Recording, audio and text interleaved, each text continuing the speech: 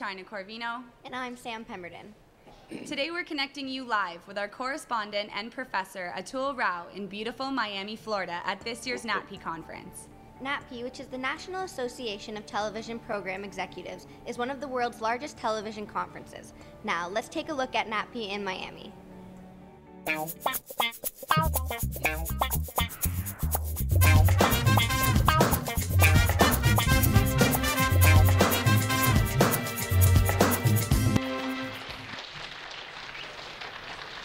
Hi Atul, how's everything at Natpe? Everything's great. A little dangerous with coconuts falling out of trees and stuff. Other than that, pretty good. Sounds great. I have here an amazing guy you're going to love talking to. His name is Mark Simon. Meet director, artist, author, lecturer, and entrepreneur Mark Simon. Ever since Mark was young, he has always been creative at what he does. Sharing his creativity has been important.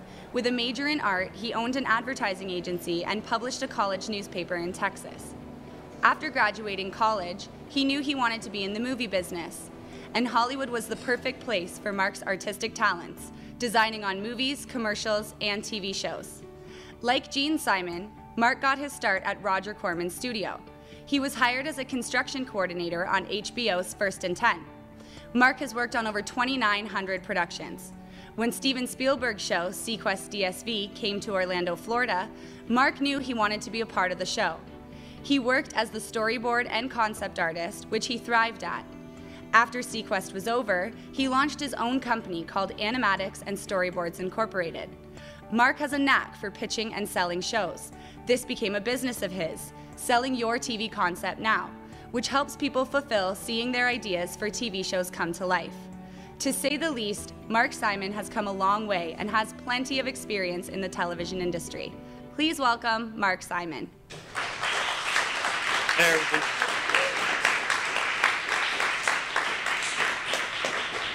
Thank you so much for joining us. How have you been enjoying Natpe?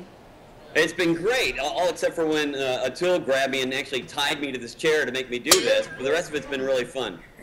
No, I'm actually looking forward to this. I appreciate you guys having me on. Great.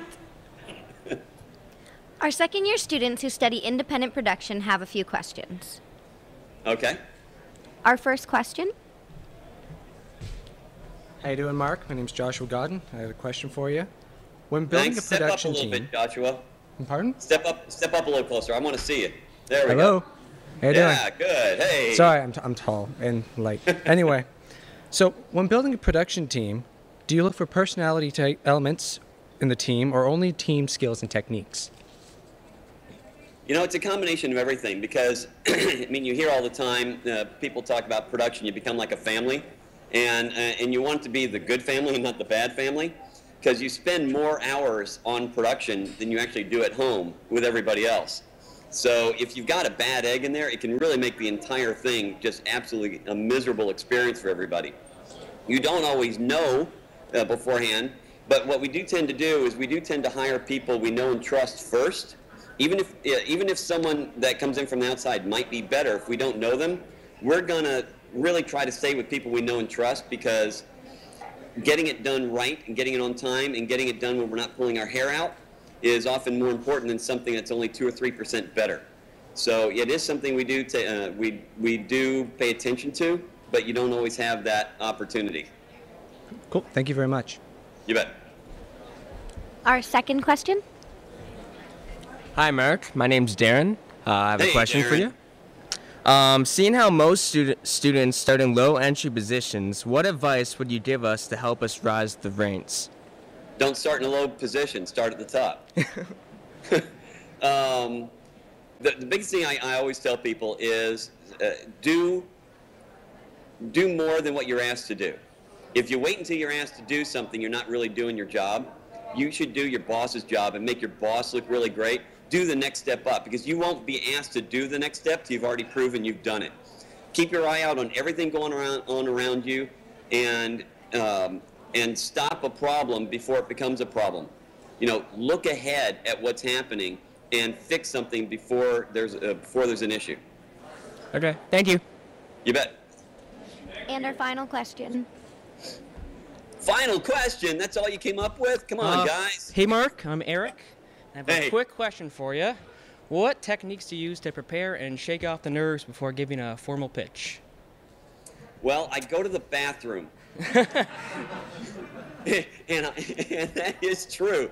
The first thing I do is I go to the bathroom, because the last thing I want to do is be sitting in a meeting and having to do the pee-pee dance in front of a network executive. True. But the other thing, I actually try to relax and not look at my materials. In fact, we were just doing some training materials last week for one of our new products.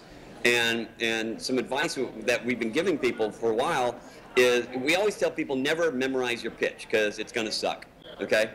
Avoid that. You need to know your project and whatever you're pitching so well, it's a conversation with your best friend. Something you're passionate about, something you love to talk about, because it's going to come across different every time you do a pitch, because you're going to lead into it differently. They're going to ask different questions. You don't want to get stopped up with, oh, did I say the right word? Or, oh, I meant to put inflection on this. Can I start over? You know, those are killer. So, you know, I know my projects before I go in. So when I get there, I talk to people. I read a magazine. I do anything but go over my material again, because all that does is make you nervous and think, oh, I have to say this, and oh, I can't forget that. That actually makes it worse. So you know what? Show up a couple minutes early, chill, talk to people around you, grab some water, make sure you go to the bathroom, and you know, the more relaxed you are and you just have a conversation, the more relaxed they're going to be, and you know what? It's actually fun. If you allow it to be fun, you can enjoy yourself. Okay, thanks, Mark. You bet. Great. Actually, could I add to this? Mark, come on into front here. One of your clients, actually, I was just talking to her, and I won't say the name because I know it's kind of secretive, but she took your pitch package and subscribed to your product, and is actually on the verge of making has now got the attention of a major network on a 1-hour drama. And I had another client that 2 days ago came and told me he just sold a series to Telemundo.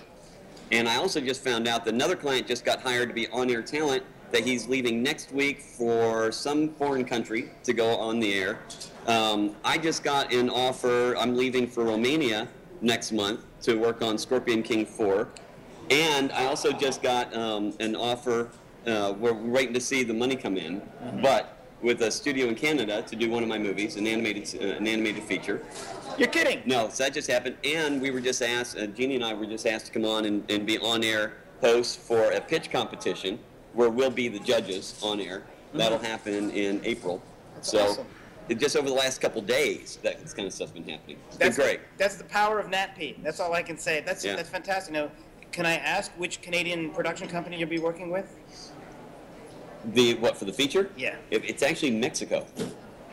It's Really? actually out of Mexico. But and the great thing about this is it's actually a studio that I trained 4 years ago. Toon Boom sends me all over the world to train studios in visual storytelling. So I trained all their story artists and their directors. And they've really grown since then. And so they came to me and asked if I had any projects that would work for what they're looking for. I showed it to them. They loved it. So it's not even like it's a stranger. These are people I've known because I actually trained them. Yeah, that's amazing. Yeah. Excellent. Wow. So your business models are all sort of crossing into each other, huh? Yeah, they do. It's a small industry once you get out there. Great. That's all I got. So thanks, guys. Thanks for having me. That sounds great.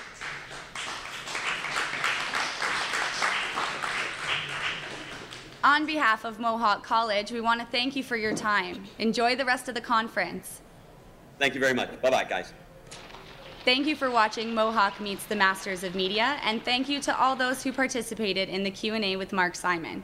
I'm China Corvino. And I'm Sam Pemberton. Look for more episodes with live footage from this year's Natpe conference and get in the loop on what's happening in the industry today. Thanks for joining us.